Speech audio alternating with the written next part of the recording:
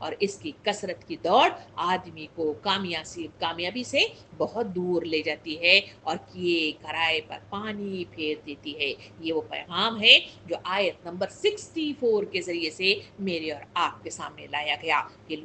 اس وقت لوگوں نے جب حضور کریم صلی اللہ علیہ وسلم نے اس بات کو پیش کیا تھا تو انہوں نے اس طرح کا انکار کیا تھا۔ اے امت محمدیہ، اس وقت یہ آیت تم سے مخاطب ہے اور تم اپنے نامہ اعمال پر جائزہ لے کر دیکھو کہ آج بھی اگر تمہارا رویہ یہی ہے کہ دنیا ہی کی عیاشیوں میں مست و مگن ہو گئے ہو تو پھر عذاب آ جائے تو اس وقت تمہارا پکارنا بھی کوئی فائدہ نہیں دے گا اور تمہارا فریاد رسی کرنا اسی حال کے مانند ہے جو اس آیت کے ذریعے سے ہمارے سامنے مختلف قرآنی مثالیں دے کر ہمیں سمجھایا گیا۔ سامعین کرام، اس آیت کے بعد آئیے ہم چلتے ہیں آیت نمبر 65 سے 67 تک کی آیات میں، جہاں اللہ رب العالمین 65 سے 67 کے اس میں ایک ہی موضوع کو بڑے تفصیل کے ساتھ یوں بیان کرتا ہے۔ اللہ رب العالمین ارشاد فرماتا ہے، ترجمہ کچھ اس طرح ہے کہ اب بند کرو اپنی فریاد و فغاں، ہماری طرف سے اب کوئی مدد تمہیں نہیں ملنی۔ میری آیات سنائی جاتی تھی تو تم رسول کی آواز سنتے ہی الٹے پاؤں بھاگ نکلتے تھے، اپنے گھمنڈ میں ان کو خاطر ہی میں نہ لاتے تھے، اپنے چوپالوں میں ان باتوں پر اس پر باتیں جھاڑتے اور بکواس کیا کرتے تھے۔ یہ ہے 3 آیتوں پر مشتمل اللہ رب العالمین کی طرف سے دھتکار جو ہمارے سامنے پیش کی گئی ہے، اور بڑی تفصیل کے ساتھ بتایا گیا کہ تمہاری فریاد و فغاں، تمہارا ڈکارنا یا تمہارا فریاد رسی کرنا تمہارے کے لیے کوئی فائدہ نہیں ہے، کیونکہ اللہ رب العالمین تمہاری مدد بالکل نہیں کرے گا۔ اس آیت کے ذریعے سے واضح انداز میں ہمارے سامنے لایا گیا، یعنی اس وقت ان سے کہا جائے گا کہ اس کی بات سننا تو تمہیں گوارا نہ تھا جو تمہارے پاس حق لے کر آیا تھا، یہ تک برداشت نہ کرتے تھے کہ اس کی آواز کان میں پڑے۔ اور اس آیت کے اندر اللہ رب العالمین نے سمیرن کا استعمال کیا ہے، یعنی سامرن کا استعمال کیا ہے، اور سمر کے معنی ہے رات کا وقت بات چیت کرنا، گپے ہانکنا، قصے کہانیاں کہنا۔ دیہاتی اور قصباتی زندگی میں یہ راتوں کی گپیں عموماً چوپالوں میں ہوا کرتی تھی، اور یہی اہل مکہ کا بھی دستور تھا، جہاں پر وہ بیٹھ کر اس طرح حضور صلی اللہ علیہ وسلم پر بھپکیاں کشتے، باتیں کرتے، پلاننگ کرتے، وہاں پہ ان کی چالیں کرتے تھے، جس کی طرف یہاں پہ اشارہ کر کے کہا گیا کہ اس وقت جب تمہارے سامنے دعوت حق پیش کیا گیا تو اس وقت تم اپنے کان بند کر چکے تھے، تمہارے دل بند کر چکے تھے، اور تم سمجھنے لگے تھے کہ تمہارے اوپر نہ عذاب آئے گا، نہ پکڑ آئے گی، نہ دوبارہ تمہیں اٹھا کر کھڑا کر دیا جائے گا۔ تو پھر اب جب تم اللہ کے سامنے حاضر ہو گئے ہو تو وہاں تمہارا وہ منظر پیش کیا گیا کہ تمہاری وہ فریاد رسی ہمارے کچھ کام نہیں آئے گی۔ قیامت کے میدان میں ان کا فریاد کا منظر قرآن مجید کے اندر بڑے ہولناک انداز میں پیش کیا گیا ہے۔ یہاں اس آیت کے اندر صرف کہا گیا کہ بند کرو اپنی فریاد و فغاں، ہماری طرف سے اب کوئی مدد تمہیں نہیں ملنے کے ساتھ صرف اشارہ کیا گیا ہے۔ تو آئیے اس آیت کو کھولتے ہیں اور وہ منظر قرآن مجید کے آیات کریمہ کے ذریعے سے ہم دیکھنے کی کوشش کریں گے کہ کیا وہ منظر ہوگا جو نافرمان، سرکش اور باغی جو لوگ ہوں گے، جو دنیا ہی کو سمیٹنے میں اپنا سارا وقت، اپنی ساری صلاحیت اور اپنے سارا کچھ اسی میں لگا دیا اور گئے تو خالی ہاتھ لے گئے، اور نامہ اعمال بدعمالیوں کو بھر کر لے گئے، تو ان کا وہاں پر حال کیا ہوگا کہ وہ فریاد و فغاں کیسے کر رہے ہوں گے، اور کیا وہ وہاں فریاد رسی کریں گے، اور اللہ رب العالمین کی طرف سے کیا انہیں جواب دیا جائے گا۔ آئیے اس کو قرآن مجید میں سیر کر کے ان آیت کو سمجھنے کی کوشش کرتے ہیں۔ حدیث مبارکہ میں نبی کریم صلی اللہ علیہ وسلم نے ارشاد فرمایا، دوزخی موت کی تمنا کریں گے